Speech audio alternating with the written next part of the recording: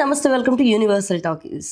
Awards అన్నవి భిక్ష వేసేవి కాదని, అది కేవలం పిలిచి ఇవ్వాల్సిన గౌరవం అని చెప్పి రీసెంట్గా రాజేంద్ర ప్రసాద్ ప్రెస్ మీట్లో మాట్లాడడం జరిగింది. రీసెంట్గానే ఆయనకి పద్మశ్రీ అనే పురస్కారంతో ఆయన గౌరవించడం జరిగింది. ఎన్నో రకరకాల పాత్రలు చేస్తూ ఆయన యొక్క జీవితాన్ని సినీ ప్రస్థానానికి అంకితం ఇచ్చిన రాజేంద్ర ప్రసాద్ రీసెంట్గా అవార్డు వచ్చిన తర్వాత ప్రత్యేకంగా మీడియాతో మాట్లాడారు. సో ఆ వీడియోలో మాట్లాడుతూ ఇప్పటి వరకు కూడా నేను ఎన్నో సినిమాల్లో నటించాను, ఇన్ని వేల సినిమాలు చేసినప్పుడు కూడా ఎప్పుడు నేను డబ్బు గురించి వెనకాడింది లేదు. ప్రేక్షకులందరికీ మంచి సినిమాలు అందించాలన్న నేపథ్యంలోనే విజయ చాముండేశ్వరి పతాకంపై మేడం, రాంబంటు లాంటి చిత్రాలు తీశాను. అందులో మేడంకి అయితే ఘనమైన విజయం దక్కింది. అలాగే దానికి సంబంధించి అవార్డు కూడా వచ్చింది.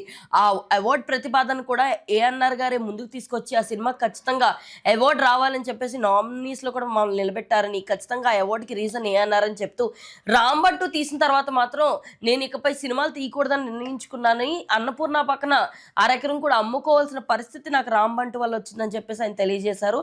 అలాగే ప్రస్తుతం ఆయన రకరకాల సినిమాతో రకరకాల జోనర్లో ప్రస్తుతం చేసుకుంటూ వెళ్తున్నారు. ఈ నేపథ్యంలోనే ఆయన అవార్డు గురించి కొంతమంది అడిగినప్పుడు, మీరు అవార్డు రావడం విషయంలో మీకు బాగా ఆలస్యమైంది అయ్యి ఉండొచ్చు, ఎందుకంటే మీ తర్వాత వచ్చిన నటులకి, నటీమణులకు కూడా ఈ పద్మశ్రీ అన్న అవార్డు ఎప్పుడో వాళ్ళని సొంతం చేసుకున్నారు. బట్ మీరు ఎందుకు దానికోసం ప్రయత్నించలేదని మాకు అనిపించింది.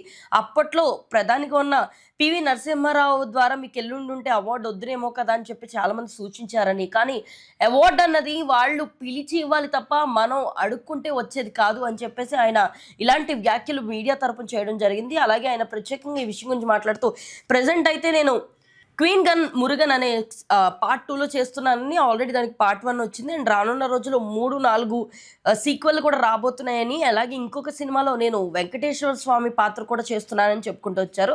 సో ప్రజెంట్ అయితే ఆయన చేసిన కామెంట్లు చిత్రసీమలో ఎవరిని ఉద్దేశించి అన్నారు, లేకపోతే ఆయన జస్ట్ నార్మల్గా ఆ విషయం గురించి తెలియజేస్తున్నారా, లేదా ఆయన మైండ్లో ఎవరినైనా పెట్టుకొని ఈ వ్యాఖ్యలు చేశారన్న విషయంపై అయితే విపరీతంగా దీని గురించి చర్చ నడుస్తుంది. మరి ఈ విషయంపై క్లారిటీ రావాలంటే కొంతకాలం వెయిట్ చేయాల్సిందే.